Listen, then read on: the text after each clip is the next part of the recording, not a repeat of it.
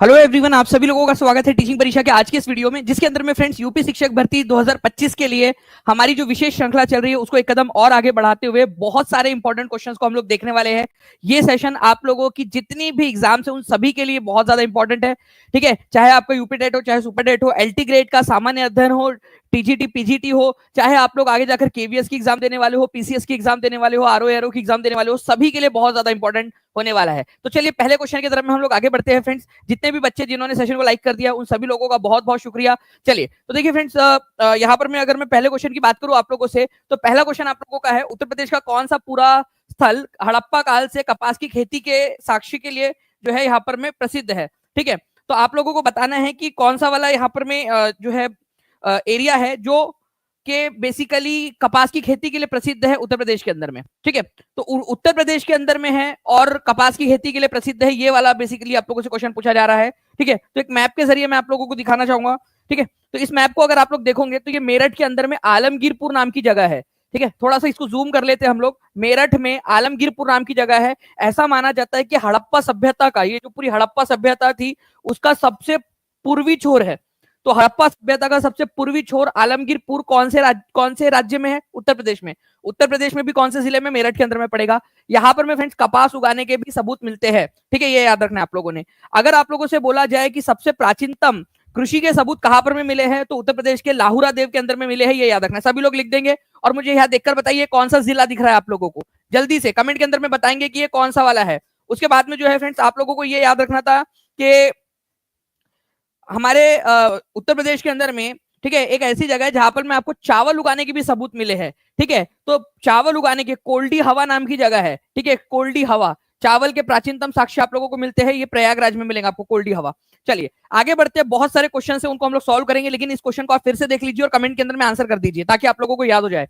तो उत्तर प्रदेश का कौन सा पूरा स्थल है जहां पर में कपास की खेती के साक्ष्य मिले हैं? आलमगीरपुर में मिले हैं। आलमगीरपुर कौन से जिले के अंदर में, ये आप लोग कमेंट करेंगे। ठीक है, सेशन को लाइक एंड शेयर जरूर कर दीजिए फ्रेंड्स अगर आप लोग चाहते हो कि ऐसी और भी बहुत सारे क्वेश्चन हम लोग करते रहे। ठीक है, चलिए नाउ नेक्स्ट क्वेश्चन की तरफ आगे बढ़ते हैं फ्रेंड्स। उत्तर प्रदेश के किस स्थान से आप लोगों को प्राचीनतम कृषि के साक्ष्य प्राप्त हुए हैं? चलिए अब ये क्वेश्चन तो आप लोग बहुत इजीली सॉल्व कर सकते हो, जल्दी से बताएंगे इस पर्टिकुलर क्वेश्चन का आंसर। ठीक है, आप लोग बताइए कि प्राचीनतम कृषि के साक्ष्य आप लोगों को कहां से मिले हैं? ठीक है, कृषि के। तो अभी हम लोगों ने जो देखा है, ठीक है, एक मैप आपको बताया मैंने, ठीक है, उसके अंदर में भी आप लोगों ने देखा कि सबसे प्राचीनतम कृषि के सबूत आपको मिले हैं लाहुरा देव से। अब ये लाहुरा देव कौन से वाले जिले के अंदर में पड़ेगा, ये आप लोग यहाँ पर में मुझे देख के अभी फिर से बता दीजिए। तो लाहुरा देव प्राचीनतम कृषि के साक्ष्य करीब 9000 साल पहले खेती के सबूत मिलते हैं आप लोगों को संत कबीर नगर डिस्ट्रिक्ट के अंदर में। ठीक है, संत कबीर नगर डिस्ट्रिक्ट। तो आंसर आप लोगों का जो है फ्रेंड्स लाहुरा देव हो जाएगा, ये याद रखना कौन से जिले के अंदर में। ओके, इसके बाजू में एक आपको क्वेश्चन, एक पॉइंट दिख रहा है, इस पॉइंट के ऊपर में क्वेश्चन आप लोग कमेंट के अंदर में बना देंगे सभी के सभी बच्चे, ताकि आप लोग एग्जामिनर लेवल के ऊपर में सोच सके कि कैसे बन सकते हैं क्वेश्चन।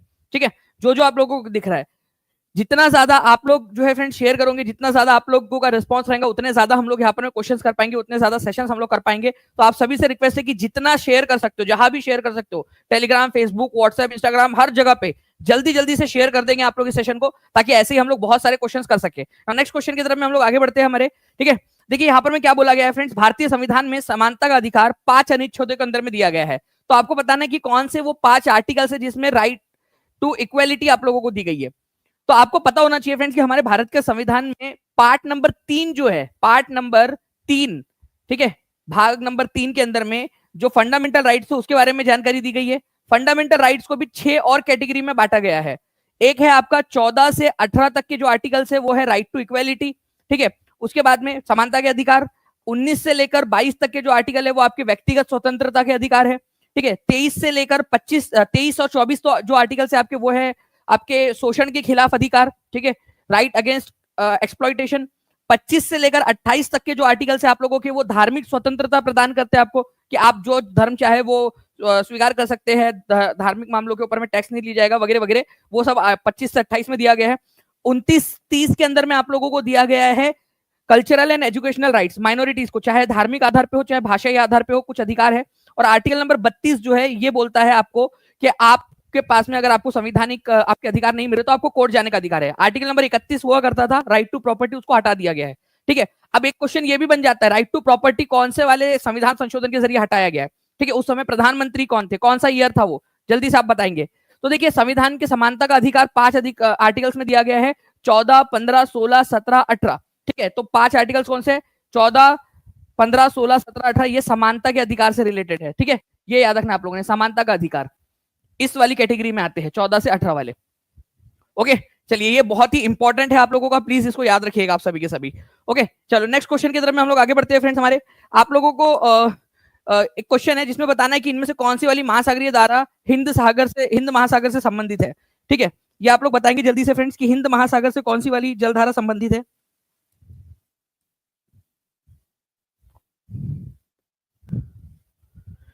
ओके, तो देखिए अगर हम लोग बात करेंगे फ्रेंड्स यहाँ पर मैं हिंद महासागर से संबंधित धारा की, ठीक है, तो हिंद महासागर मैं आप लोगों को मैप के अंदर में ही दिखा देता हूँ। ठीक है, यहाँ पर मैं आप लोग देखिए इस मैप के अंदर में ये हिंद महासागर आपको दिख रहा है, ये भारत है हमारा प्यारा सा, यहाँ पर में हिंद महासागर। तो हिंद महासागर के अंदर में, ठीक है, आप लोग देखोगे कि अगुलहास करंट, ये यहाँ पर में जो आपको दिखाई दे रहा है, ठीक है, ये है अगुलहास करंट, अगुलहास धारा हिंद महासागर से संबंधित है। ये मोजाम्बिक करंट है, हिंद महासागर से संबंधित है। लेकिन वही अगर आप लोग बात करोगे कैनरी की, तो कैनरी देखिए यहाँ पर में ये अटलांटिक महासागर से, कहां पर में कैनरी? अटलांटिक महासागर में। ठीक है, लिखते जाइए आप लोग कमेंट के अंदर में, कैनरी करंट अटलांटिक महासागर में है। ये गल्फ स्ट्रीम, गल्फ धारा अटलांटिक महासागर में, लेब्राडोर अटलांटिक महासागर के अंदर में। ठीक है, चलिए मैप के अंदर में तो हम लोग देख ही रहे हैं, कैनरी करंट अटलांटिक के अंदर में है, अटलांटिक अटलांटिक। ठीक है, अगुलहास जो है फ्रेंड्स ये इंडियन ओशियन के अंदर में है। ओके, कुराइल करंट कहां पर में है ये भी आप लोगों को बता देता हूँ। आप लोग देखिए फ्रेंड्स यहाँ पर मैं आप लोगों को ये कुरोशियो करंट दिखाई दे रही है, कुरोशियो गर्म जल धारा है। ठीक है, उसके ऊपर में यहाँ पर मैं आप लोगों को दिख रही होंगी ओयाशियो, ओयाशियो को ही कुराइल करंट धारा भी बोला जाता है। इसका घर का नाम, ठीक है, इधर साइड में कुराइल है, ये याद रखेंगे आप लोग। ठीक है, तो ओयाशियो जो धारा है, ठीक है, इसी को कुराइल करंट भी बोलते हैं, ओयाशियो करंट को। ओयाशियो करंट कौन से महासागर में दिख रही है आप लोगों को?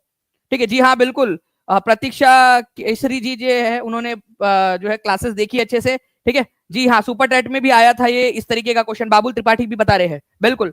तो फ्रेंड्स ओयाशियो करंट को ही कुराइल करंट के नाम से जाना जाता है। प्लीज ये लिख दो, आप लोगों से एग्जाम के अंदर में डायरेक्टली ये क्वेश्चन बन सकता है कि कुराइल करंट का दूसरा नाम क्या है? ओयाशियो, ओयाशियो का दूसरा नाम क्या है? कुराइल। आपका भी घर का नाम होगा ना कुछ, बताइए जल्दी से, आपका घर का नाम क्या है?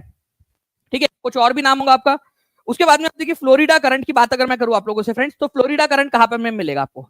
ठीक है, ये यहां पर में आप देखिए, ये गल्फ स्ट्रीम है। ठीक है, यहां पर में आपका अटलांटिक महासागर, यहां पर में फ्लोरिडा, ठीक है, जलधारा यहां से बहती है आप लोगों की, गल्फ ऑफ मैक्सिको, जिसका नाम अब ट्रम्प चचा ने गल्फ ऑफ अमेरिका रख दिया है।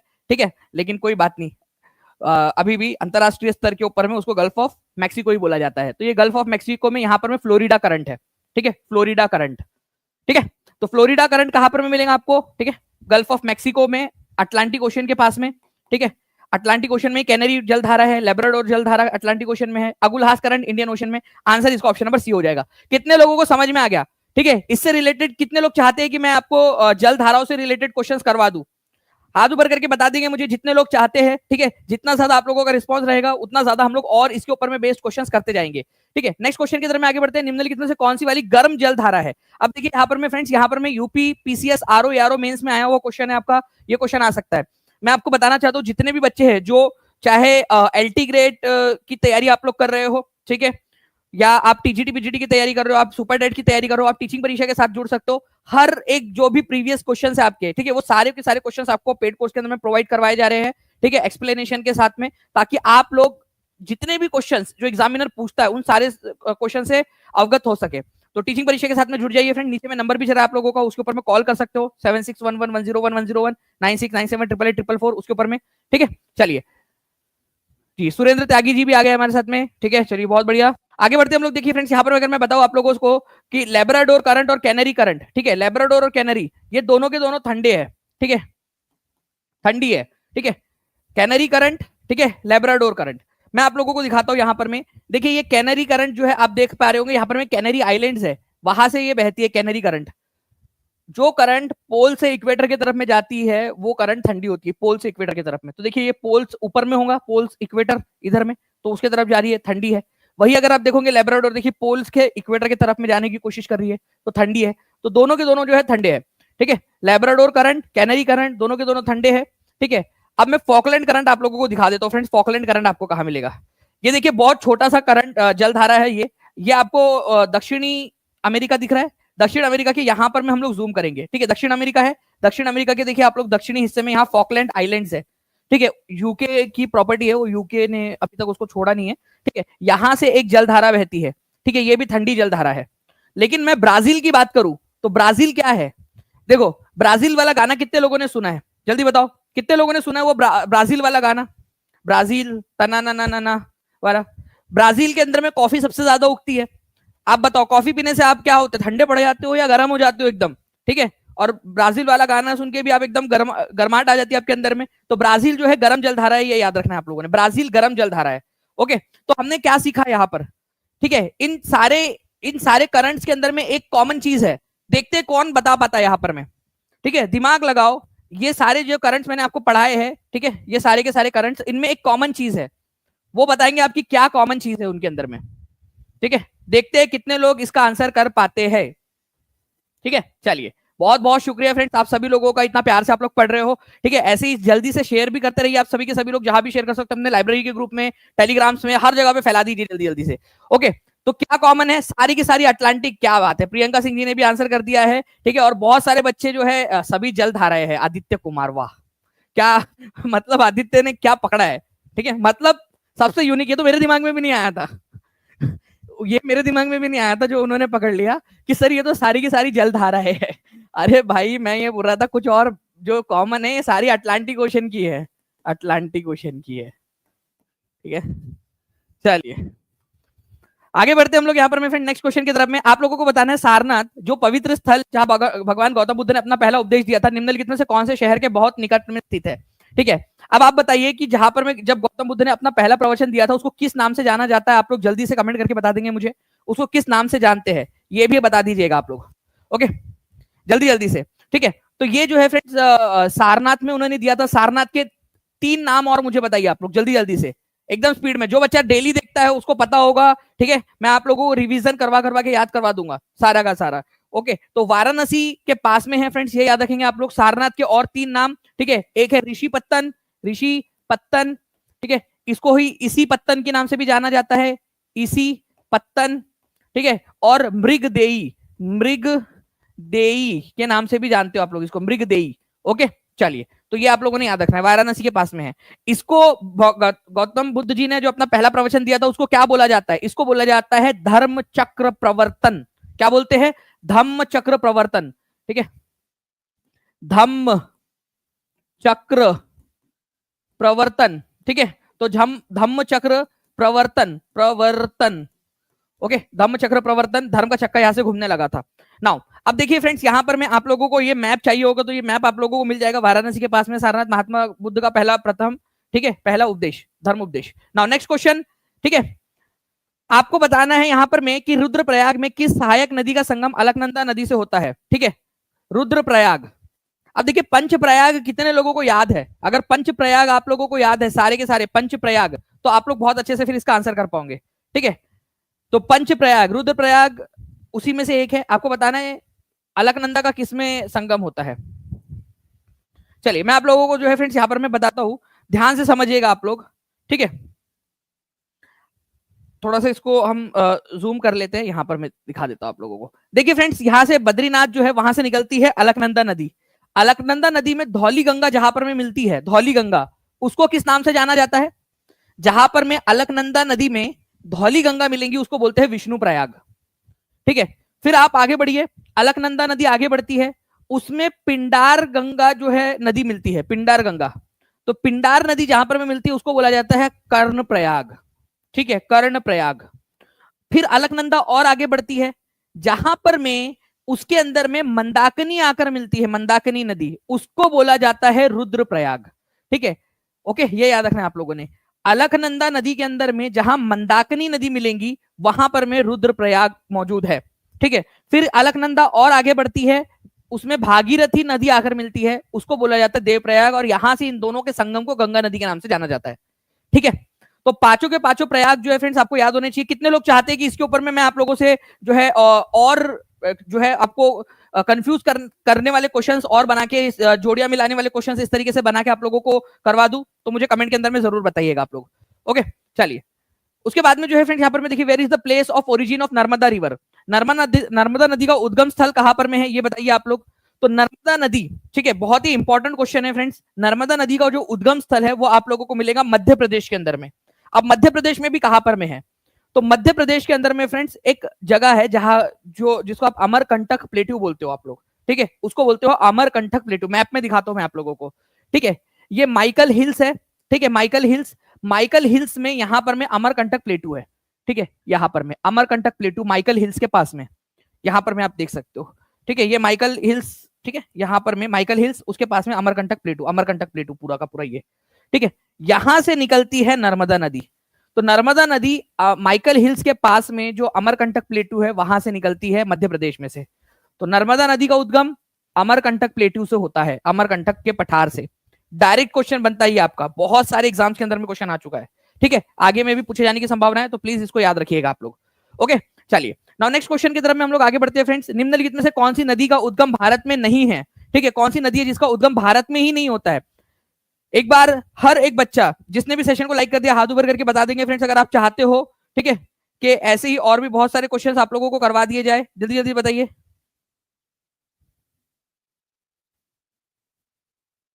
ठीक है, आप लोग जो है हाथ ऊपर करके बता देंगे अगर आप लोगों ने सेशन को लाइक कर दिया है तो, क्योंकि ये जो है फ्रेंड्स पूरी टीम को मोटिवेट करेगा और ज्यादा आप लोगों के लिए पीछे से भी मेहनत करते रहने के लिए। तो निम्नलिखित नदियों में से किसका उद्गम भारत में नहीं है, तो भारत के अंदर में जो है फ्रेंड्स उद्गम रावी नदी भारत में ही इसका उद्गम होता है, ठीक है, ब्यास नदी का भी भारत में होता है, चेनाब नदी का भी। सतलुज नदी का उद्गम कहाँ होता है, इसका उद्गम होता है तिब्बत में, तिब्बत में, ठीक है, तिब्बत चाइना के अंदर में, ये याद रखना है आप लोगों ने। ओके, चाइना में, चाइना का एक पार्ट है तिब्बत, ठीक है, चाइना ने तब तिब्बत पर कब्जा किया हुआ है, वहां से, ठीक है, एक झील है जिसको राकस ताल या कई सारे जगहों पे उसको राक्षस ताल भी बोलते हैं, राकस ताल या फिर राक्षस ताल बोला जाता है, ठीक है, वहां से इसका उद्गम होता है सतलज नदी का। तो सतलज नदी का उद्गम जो है फ्रेंड्स ये याद रखना है आप लोगों ने, भारत के अंदर में नहीं होता है, ठीक है, भारत के बाहर में है, ठीक है, ये राकस ताल या फिर राक्षस ताल के नाम से इसको जाना जाता है। फिर भारत के अंदर में ये एंटर करती है, फिर पूरा भारत को पार करते हुए पाकिस्तान के अंदर में चली जाती है। ओके, चलिए, इंपॉर्टेंट पॉइंट एग्जाम के अंदर में पूछा जा सकता है। ओके, एलटी ग्रेड के लिए जो एलटी ग्रेड के लिए सुरेंद्र जी जो जनरल पेपर है आपका, जनरल स्टडीज वाला जो पेपर है, सामान्य अध्ययन वाला पेपर, वो पूरा का पूरा फुल कोर्स अवेलेबल है आपके लिए, ठीक है, आप उसके अंदर में ज्वाइन हो सकते हो। ओके, नाउ आगे बढ़ते हैं हम लोग फ्रेंड्स। यहाँ पर में ब्रह्मपुत्र नदी तीस्ता नदी में शामिल होने के बाद किस नाम से जानी जाती है। देखो ब्रह्मपुत्र नदी मस्त है, उसका एक नंबर इधर जा रही थी, फिर उसको याद आया, उई मैं किधर जा रही हूँ, मेरे को तो भारत जाना था, फिर वो इधर टर्न लेती है, फिर भारत की तरफ में आती है, अरुणाचल प्रदेश आसाम से होते हुए फिर बांग्लादेश में चली जाती है। ओके, फिर क्या है, यहां पर में एक नदी है तीस्ता नदी, जो ऊपर से ऐसे आकर, ठीक है, इसमें मिल जाएंगे। तो यहां से इन दोनों का जो संगम है उसको किस नाम से जाना जाता है, ये आप लोगों को बताना था, ठीक है, बताइए। जमुना, पद्मा, मेघना, दिहांग, किस नाम से जाना जाता है तीस्ता नदी के मिलने के बाद में उसको, ठीक है। मैप के थ्रू आप लोगों को दिखाता हूँ फ्रेंड्स, ठीक है, यहाँ पर मैं आप लोग देख लीजिए कि ये एक जो है ब्रह्मपुत्र नदी इधर से आ रही है और ये है तीस्ता नदी, ठीक है, ये तीस्ता नदी आप लोगों को दिखाई दे रही होगी, ठीक है, सिक्किम से आती है, इसको सिक्किम की लाइफलाइन भी बोला जाता है। सिक्किम की लाइफलाइन किसको बोलते हैं, बहुत ही इंपॉर्टेंट क्वेश्चन बता रहा हूं आप लोगों को, सिक्किम की लाइफलाइन लिखो कमेंट के अंदर में, सिक्किम की लाइफलाइन तीस्ता को बोला जाता है। ये क्वेश्चन एग्जाम में आएगा, आप लोग कर पाओगे, टाई ब्रेकर होगा आप लोगों का ये, ठीक है, ये क्वेश्चन आप लोगों को लाखों लोगों से आगे पहुंचा देगा, ठीक है। सिक्किम की लाइफलाइन तीस्ता, और तीस्ता में जब ब्रह्मपुत्र नदी और तीस्ता का मिलन होता है इनको जमुना के नाम से जाना जाता है, ये याद रखेंगे आप लोग, बांग्लादेश के अंदर में जाकर मिलती है, जमुना के नाम से जाना जाता है ब्रह्मपुत्र और तीस्ता के संगम को। इंपॉर्टेंट पॉइंट याद रख लीजिए आप लोग, सिक्किम की लाइफलाइन, ठीक है, तीस्ता, आदित्य कुमार ने भी लिख दिया, बहुत सारे बच्चे लिख रहे हैं, ये जो बच्चे लिख रहे हैं, जो एक्टिविटी कर रहे हैं, ये बच्चे आगे बढ़ने वाले बच्चे हैं। ओके, चलिए नाउ फ्रेंड्स, अब देखिए यहाँ पर मैं निम्नलिखित में से कौन सी धारा, जल धाराओं में से कौन सी ठंडी धारा है, ठीक है। देखिए जल धाराओं पे क्वेश्चन आता है आप लोगों का, अगर आप लोग कहोगे तो मैं पूरा का पूरा सेशन करा दूंगा आप लोगों के लिए जल धाराओं पे, कितने लोग चाहते हैं, ठीक है, आप लोग जल्दी से इसको शेयर कर दीजिए। अगर 1000 बच्चे यहाँ पर में हो जाते हैं, मैं आपसे प्रॉमिस करता हूं कि एक पूरा का पूरा सेशन आप लोगों के लिए लूंगा, जिसमें पूरी की पूरी जल धाराएं आप लोगों को करा दूंगा एक ही पूरे सेशन के अंदर में, ठीक है, सारी की सारी जल धाराएं है। तो मुझे कमेंट करके बताइए आप लोग, और जल्दी से जहां भी शेयर कर सकते हो, लाइक और शेयर आप लोगों ने करते रहना है।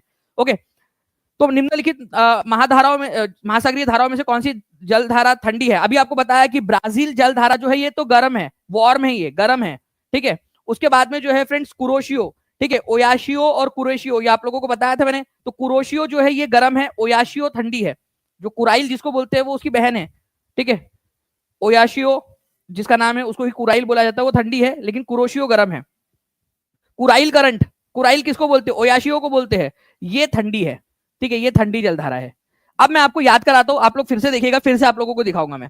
ये देखिए आप लोग, ये जापान के पास में आ गए, आ जाइए आप लोग यहाँ पर। में एक गाना था ना, ले गई दिल गुड़िया जापान की, पागल मुझे कर दिया, ठीक है। तो बस ये जापान इधर साइड वाला है, ठीक है।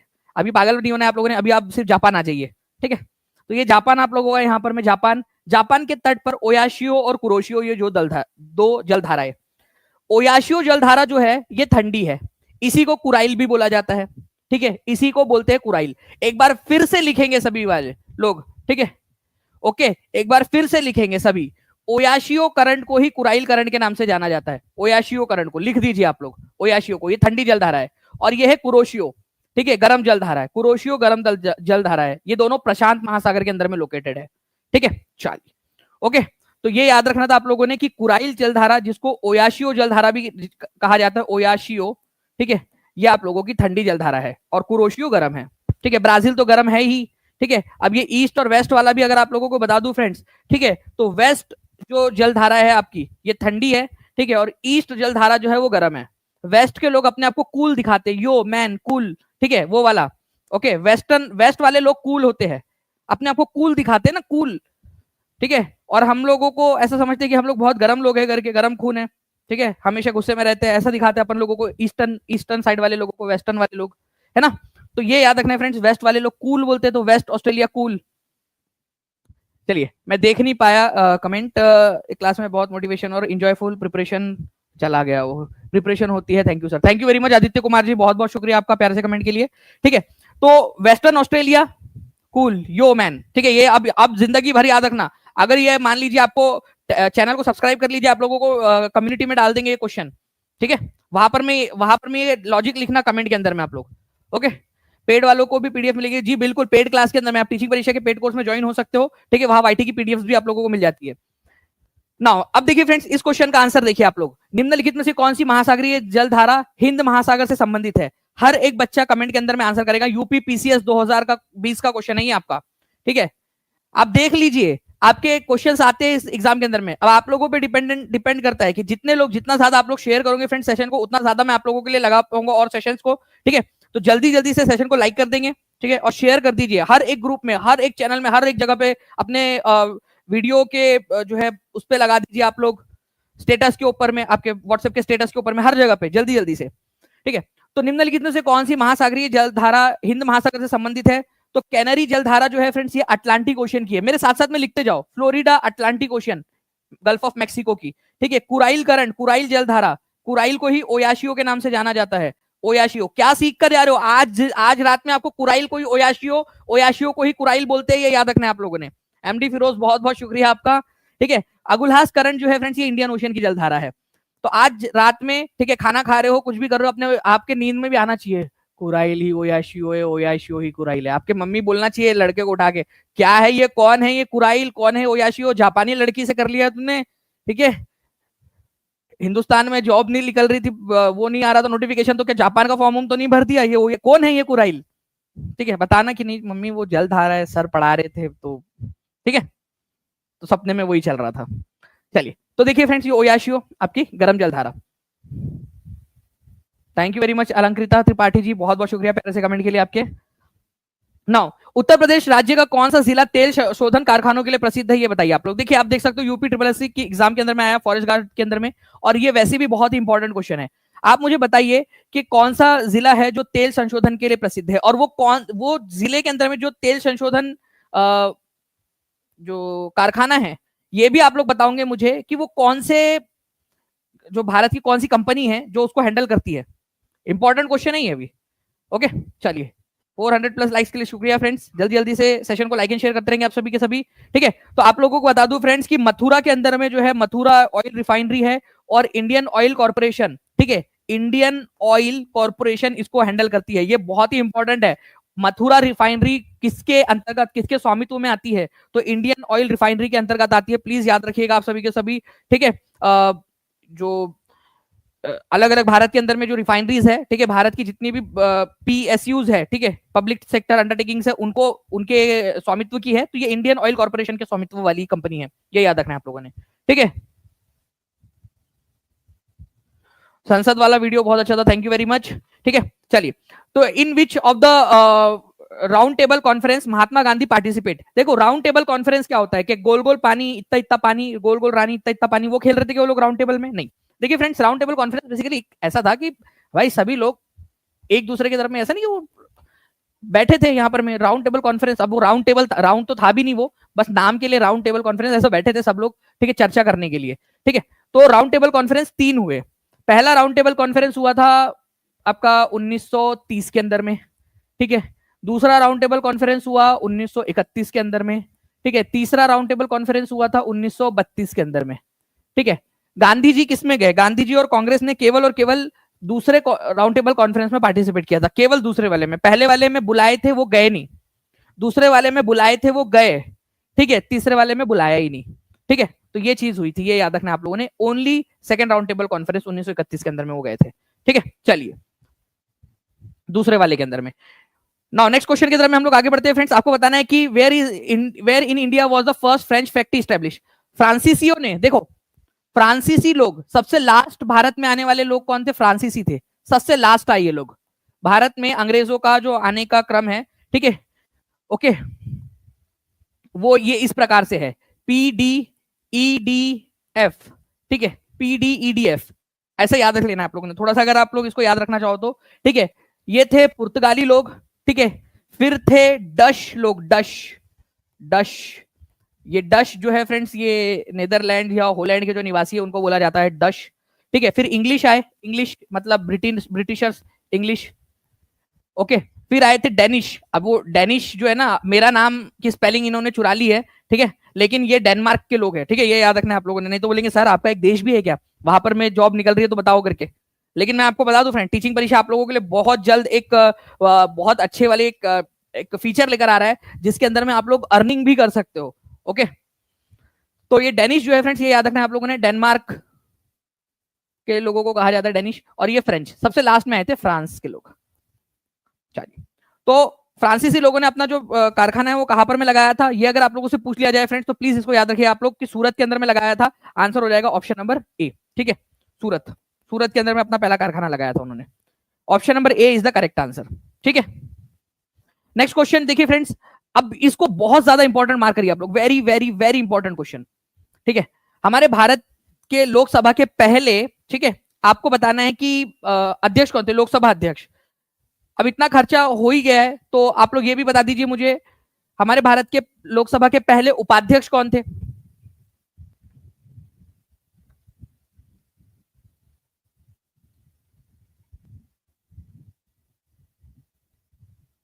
जी, तो GV मावलंकर जो है फ्रेंड्स, ये थे स्पीकर। ओके, स्पीकर अगर आपसे बोला जाए तो GV मावलंकर। ठीक है, अगर डेप्यूटी स्पीकर बोला जाए, डेप्यूटी स्पीकर, उपाध्यक्ष, ठीक है, तो वो थे MA अयंगर। ठीक है, M अनंत श्यानम अयंगर उनका नाम था, M Anant Shyanam Ayyangar, MA Ayyangar, deputy speaker, Lok Sabha के पहले डेप्यूटी स्पीकर। दोनों क्वेश्चन आते हैं, क्या आप लोग कमेंट के अंदर में ये दोनों के दोनों पॉइंट्स लिख सकते हो, हाँ या ना? अगर हाँ तो जल्दी से लिख देंगे कमेंट के अंदर में, क्योंकि ये दोनों ही पॉइंट बन सकते हैं। अब मैं आप लोगों से जो है फ्रेंड्स एक चीज पूछना चाहूंगा, मुझे बताइए हमारे भारत की राज्यसभा के पहले सभापति कौन थे और उपसभापति कौन थे पहली राज्यसभा के? राज्यसभा, पहली राज्यसभा कहना, ठीक है, यही अपने आप में जो है फ्रेंड्स, अपने आप में एक विचित्र सी बात है। मैं क्योंकि आपको बता दूं, राज्यसभा कभी भंग नहीं होती, राज्यसभा कंटिन्यूअसली चलती रहती है। ओके, तो राज्यसभा कंटिन्यूअस चलती है। राज्यसभा के पहले सभापति कौन थे, ये आप लोगों को बताना है।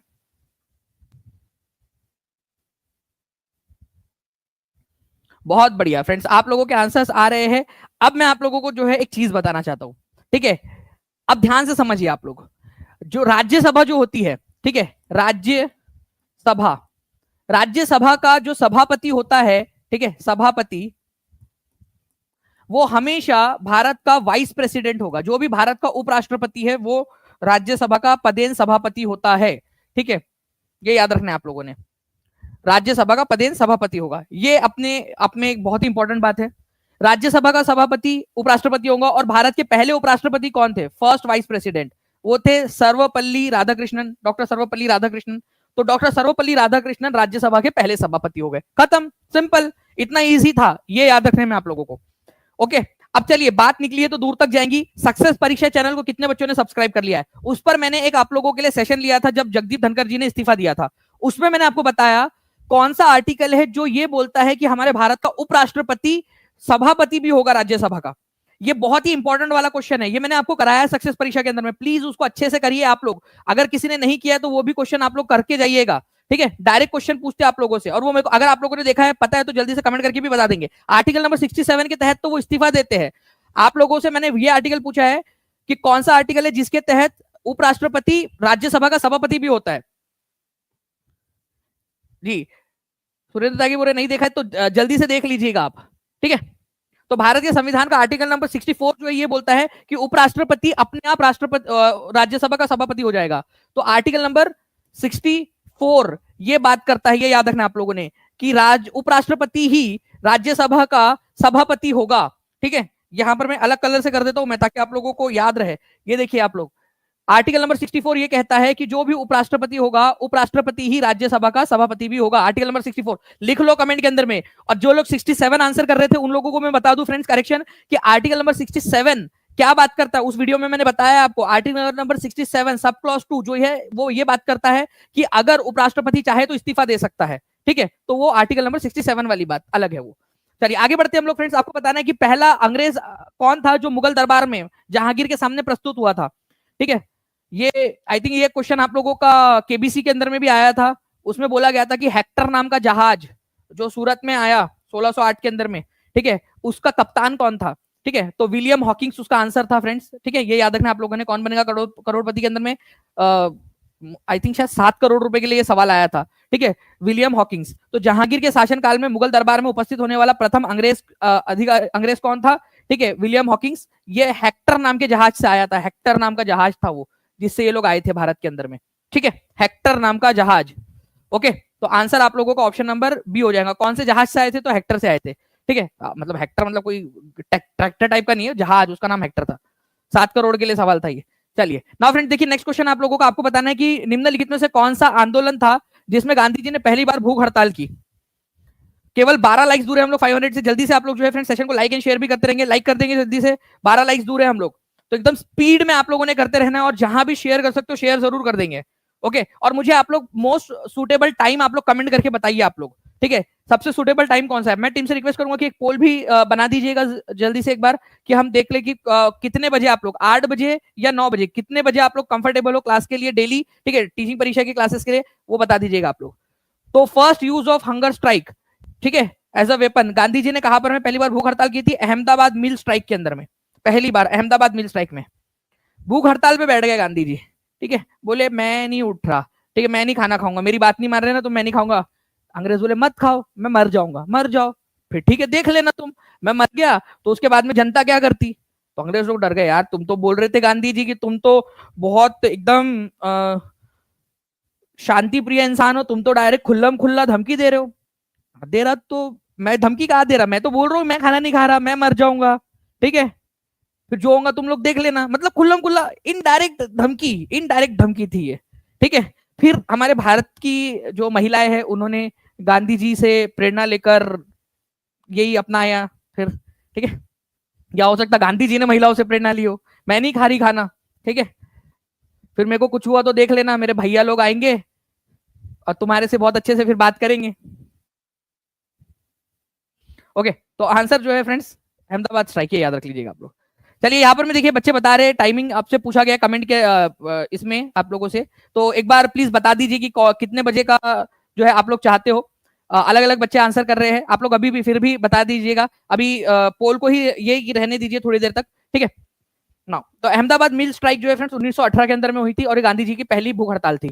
नरोरा परमाणु ऊर्जा केंद्र उत्तर प्रदेश के किस जिले में स्थित है? देखिए उत्तर प्रदेश का एकमात्र जो है परमाणु ऊर्जा केंद्र, अब नरोरा उत्तर प्रदेश में है ये तो सबको पता है, ठीक है? बहुत सारे बच्चे याद कर लेते हैं, लेकिन उत्तर प्रदेश में कहां पर में है ये देख सकते हो। यूपी में एग्जाम में क्वेश्चन में पूछ लिया गया आप लोगों से। और जो भी बच्चे हैं जो एलटी ग्रेड में, ठीक है, सामान्य अध्ययन पढ़ना चाहते हैं पूरा का पूरा, यूपी टेट सुपर टेट की तैयारी अभी से करना चाहते हैं, क्योंकि आपका जब तक एग्जाम नहीं हो जाती तब तक आपके पास में वैलिडिटी रहेंगी पूरी की पूरी, तो आपको टेंशन लेने की भी जरूरत नहीं है। यूपी टीजीटी टीजीटी के लिए आप पढ़ रहे हो, जनरल स्टडीज के लिए पढ़ रहे हो, आप टीचिंग परीक्षा के साथ में जुड़ सकते हो। बीपीएससी टीआरई के लिए पढ़ रहे हो, टीचिंग परीक्षा एकमात्र सॉल्यूशन है। केवीएस के लिए, डी ट्रिपल एसबी के लिए, सी टेट के लिए टीचिंग परीक्षा के साथ में जुड़ जाइए, क्योंकि फ्रेंड्स अभी 71% ऑफ चल रहा है आप लोगों का, फ्लैट 71% ऑफ, ठीक है, फ्रीडम वीक इस अवसर पर। तो देखिए यहाँ पर मैं नरोरा परमाणु ऊर्जा संयंत्र जो है फ्रेंड्स कौन से जो है जिले के अंदर में, अगर ये क्वेश्चन आप लोगों से पूछ लिया जाए, नरोरा तो बुलंदशहर के अंदर में लोकेटेड है। यहाँ पर मैं आप लोगों को दिखाना चाहूंगा फ्रेंड्स की दो जो है यहाँ पर में अभी फिलहाल के अंदर में यूनिट्स है जो 220 मेगावाट बिजली उत्पादित करते हैं, ठीक है, ये याद रखना है आप लोगों ने, ठीक है। तो नरोरा उत्तर प्रदेश के अंदर में है। अब रावत भाटा कहां पर में है फ्रेंड्स, राजस्थान के अंदर में है, ये याद रखना है। काकरापारा जो है गुजरात में है, काकड़ापारा, ठीक है। तारापुर और जैतपुर दोनों के दोनों जो है फ्रेंड्स महाराष्ट्र में है, तारापुर और जैतपुर, ठीक है। कैगा बहुत ही इंपॉर्टेंट है, कैगा कहां पर में, कुंडकुलम कहां पर में, कुंडकुलम दिख रहा है क्या आपको नीचे में, देखिए यहाँ छुप गया है वो, ठीक है, कुंडकुलम, जस्ट अ सेकेंड मैं उसको ढूंढने की कोशिश करता हूँ, ये देखिए मिल गया, कुंडकुलम आप लोगों का, ठीक है, तमिलनाडु के अंदर में है। और कलपक्कम जो है ये भी तमिलनाडु के अंदर में, कुंडकुलम और कलपक्कम दोनों तमिलनाडु के अंदर में है। तो प्लीज ये जो है भारत के परमाणु ऊर्जा संयंत्र याद रखेंगे आप लोग, इंपॉर्टेंट है। मैं आप लोगों को बता दूं कि ये ऊर्जा संसाधन उत्तर प्रदेश के, इसके एक पूरा मैप है, ये आप लोगों के साथ में मैं पेड क्लास में शेयर कर दूंगा, ठीक है, वहां पर मैं आप लोग इसको पढ़ सकते हो, और इसकी टेस्ट भी बना देंगे वहां पर में, ताकि आप मैप देखो टेस्ट दो, मैप देखो टेस्ट दो, मैप देखो टेस्ट दो। जैसे मान लीजिए कि अगर आपसे पूछ लिया जाए कभी एग्जाम में कि ओबरा ताप विद्युत केंद्र कहां पर में है, तो आपको पता होना चाहिए सोनभद्र में है। अनपरा ताप विद्युत केंद्र कहां पर में, अनपरा नाम की जगह के ऊपर में, सोनभद्र के अंदर में, ये याद रखना है आप लोगों ने, अनपरा, ठीक है, ताप विद्युत केंद्र सोनभद्र के अंदर में। ओके, ओबरा नाम की जगह है, वहां पर में ताप विद्युत केंद्र भी है और एक जल विद्युत केंद्र भी है ओबरा के अंदर में ही। रिहांड बांध कहां पर में है, ठीक है, तो ये सोनभद्र के अंदर में है। रिहांड बांध से कौन सा वाला झील बना है, आप लोग कमेंट करके मेरे को बताएंगे जल्दी से, ठीक है, रिहांड बांध से कौन सा वाला झील बना है। नाउ निम्नलिखित में से कौन सा मिलाप गलत है, ठीक है, बताइए जल्दी से। चलिए यहाँ पर पोल आ गया है, 8 बजे बोल रहे हैं 35% लोग, और 65% लोग बोल रहे हैं 9 बजे, ठीक है। अभी भी और भी आंसर आप लोग कमेंट के अंदर में भी बता सकते हो, ठीक है, तो बताते रहिएगा आप लोग।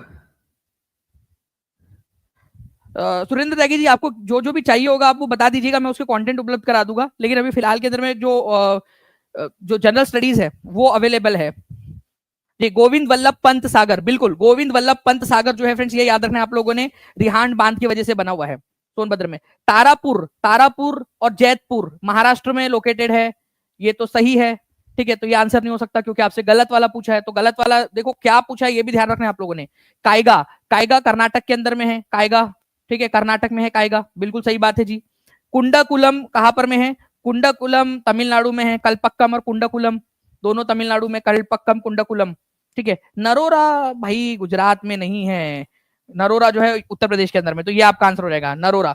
ये एग्जाम में आया हुआ क्वेश्चन, आप देख रहे हो इस तरीके के क्वेश्चन आते हैं। अच्छा गुजरात की बात आई है तो गुजरात से भी, ठीक है, जलेबी फाफड़ा काकड़ा, ठीक है, तो काकड़ा पारा, ठीक है, ये याद रखना आप लोगों ने, काकड़ा पारा गुजरात के अंदर में है। जलेबी फाफड़ा से काकड़ा पारा याद हो जाता है आराम से, ठीक है, गुजरात के अंदर में ये याद रखिए आप लोग, इंपॉर्टेंट है, ठीक है, गुजरात के अंदर। बहुत बढ़िया, ऐसे ही आप लोग जो है फ्रेंड्स आंसर कमेंट के अंदर में भी करते रहेंगे सभी के सभी बच्चे। ओके, नेक्स्ट क्वेश्चन की तरफ में हम लोग आगे बढ़ते हैं फ्रेंड्स। आप लोगों को बताना है कि ओखला पक्षी अभयारण्य कहां पर में स्थित है, ठीक है, ओखला पक्षी अभयारण्य कहां पर में स्थित है, जल्दी से बताइए आप लोग, ठीक है, ओखला पक्षी अभयारण्य। और जल्दी से सेशन को लाइक और शेयर जरूर कर देंगे। टीचिंग परीक्षा एप्लीकेशन डाउनलोड कर दीजिए फ्रेंड्स, बहुत जल्द आप लोगों के लिए बहुत ही बढ़िया वाला फीचर आने वाला है जो आपको मजा आ जाएगा, ठीक है, जहां पर में आप लोग खुद से टेस्ट बनाकर अपने अपने आप से जो है फ्रेंड टेस्ट बनाकर आप जनरेट करके आप लोग उसमें अटेम्प्ट कर पाओगे खुद से, ठीक है। तो ये एक फीचर हम आपके लिए लेकर आ रहे हैं बहुत जल्द टीचिंग परीक्षा के एप्लीकेशन पर, तो टीचिंग परीक्षा का एप्लीकेशन जरूर डाउनलोड कर लेना आपने। ओखला पक्षी अभयारण्य जो है फ्रेंड्स कहां पर में मिलेगा आपको, नोएडा के अंदर में है, ये याद रखना है आप लोगों ने, ठीक है, नोएडा उत्तर प्रदेश के अंदर में। ओके, यमुना नदी के तट पर है, ये भी एक इंपॉर्टेंट पॉइंट बनता है, ओखला पुल, ठीक है। और ओखला जो है फ्रेंड्स यहाँ पर में बहुत सारी पक्षी, ठीक है, बहुत सारी पक्षियों के लिए एक संरक्षित क्षेत्र बनाया गया है, ठीक है। तो गौतम बुद्ध नगर जो है बेसिकली, ठीक है, नोएडा उसके अंदर में आता है, गौतम बुद्ध नगर में, ये यहाँ पर मैं आप देख रहे हो नोएडा गौतम बुद्ध नगर में आता है। तो नोएडा अगर ना दिया हो और गौतम बुद्ध नगर दिया हो तो गौतम बुद्ध नगर लगाना है आप लोगों ने, ठीक है। तो यहाँ आप देख लीजिए, यहाँ पर में ओखला पक्षी अभयारण्य, ठीक है, गौतम बुद्ध नगर के अंदर में मिलेगा आप लोगों को। शेखा झील पक्षी वन्य विहार अलीगढ़ के अंदर में है, अलीगढ़ में है शेखा झील पक्षी विहार, ठीक है। पटना पक्षी विहार सबसे छोटा पक्षी विहार है बिहार का, ठीक है, तो ये कहां पर हमें मिलेगा, एटा के अंदर में। अब पटना जो है पक्षी विहार बोलते हैं तो सबको लगेगा पटना के अंदर में, नहीं, एटा के अंदर में है। ठीक है, तो पटना पक्षी वन्य जीव विहार सबसे छोटा है पूरे जो है उत्तर प्रदेश में, इन सब में। ठीक है, एटा में है। ये मैप भी आप लोगों को मिल जाएगा और इसके ऊपर में बेस्ड क्वेश्चंस भी आपको बनाकर दे देंगे। ठीक है, जितने लोग चाहते हैं। चलिए नाउ, तो फ्रेंड्स ये आज आपका सेशन था। मैं आप लोगों से कुछ सवाल पूछता हूं, मैं चाहूंगा कि आप लोग जो है जल्दी जल्दी से इनके सवाल, इनके आंसर करिए। आप लोग मुझे बताइए कि नरोरा, ठीक है, नरोरा जो है वो कौन से स्टेट में है, कौन से स्टेट में और कौन से डिस्ट्रिक्ट के अंदर में है, ये आप लोग कमेंट कर देंगे जल्दी से। ठीक है, आप लोग मुझे बता दीजिए कि जो तारापुर तारापुर जो पावर प्लांट है, न्यूक्लियर पावर प्लांट, ये आप लोगों को कहां मिलेगा, कौन से राज्य के अंदर में मिलेगा, ये आप लोग बता देंगे कमेंट करके। उसके बाद में आप लोग मुझे बताइए कि मथुरा की जो ऑयल रिफाइनरी है, मथुरा की oil refinery, Mathura oil refinery, ठीक है, ऑयल रिफाइनरी, ये कौन सी कंपनी ओन करती है, भारत सरकार की कौन सी कंपनी है जो ओन करती है मथुरा ऑयल रिफाइनरी को। ठीक है, आप मुझे बताएंगे कि ओयाशियो करंट का एक और नाम क्या है, ओयाशियो, ओयाशियो, ठीक है, ओयाशियो, ओयाशियो करंट जो है आपका, ठीक है, ओयाशियो करंट, इसका एक और नाम क्या है। और ये आप बताएंगे कि कौन से ओशियन में है, ये कौन से महासागर में पड़ती है ओयाशियो करंट। ठीक है, अगुलहास करंट कौन से महासागर में पड़ती है, अगुलहास करंट। ठीक है, मैं वो सारे क्वेश्चंस आप लोगों को करा रहा हूं जो एग्जाम के अंदर में आते हैं। आप लोग ने देखा होगा कि इस तरीके के क्वेश्चंस पूछे जाते हैं आप लोगों से। ठीक है, ये अगुलहास वाला क्वेश्चन सुपर डेट में भी आया था शायद से, कि कौन सा वाला करंट महासागरीय धारा हिंद महासागर के अंदर में है। एक बार आया था एक कौन सा अटलांटिक ओशन के अंदर में नहीं है। इस तरीके के भी क्वेश्चंस आते हैं आप लोगों के। ठीक है, टीचिंग परीक्षा इज इक्वल टू स्टूडेंट के लिए वरदान। थैंक यू वेरी मच, बहुत बहुत शुक्रिया आपके प्यारे से कमेंट के लिए। ठीक है, तो इन सभी के आंसर्स आप लोग कमेंट के अंदर में करते रहेंगे फ्रेंड्स। ठीक है, और चैनल को सब्सक्राइब जरूर कर लीजिए। टीचिंग परीक्षा के साथ में जुड़ना चाहते हो तो मैं आपको बता दूं, टीचिंग परीक्षा एप्लीकेशन डाउनलोड कर लीजिए, या फिर आप लोगों का नीचे में नंबर चल रहा है। ठीक है, आप यहाँ पर मैं देख सकते हो एक नंबर आप लोगों का आएगा यहाँ पर में 7611101101 9697884444। इस नंबर पे कॉल या व्हाट्सएप भी आप लोग कर सकते हो। ठीक है, ताकि आप जल्द से जल्द टीचिंग परीक्षा के साथ में जुड़ सके। हाईएस्ट जो है आपका डिस्काउंट ऑफर चल रहा है आपका फ्रीडम वीक सेल के अंदर में, तो अनलॉक करिए अपनी शक्तियों को और अपनी सफलता को। Thank you very much friends, मिलते हैं हमारे नेक्स्ट क्लास में। ठीक है, आप लोग कमेंट के अंदर में भी टाइम बताते रहिएगा कि सबसे बेस्ट सुटेबल टाइम आप लोगों के लिए कौन सा है लाइव क्लास के लिए। ओके, चलो, thank you very much, bye, God bless you all, thank you.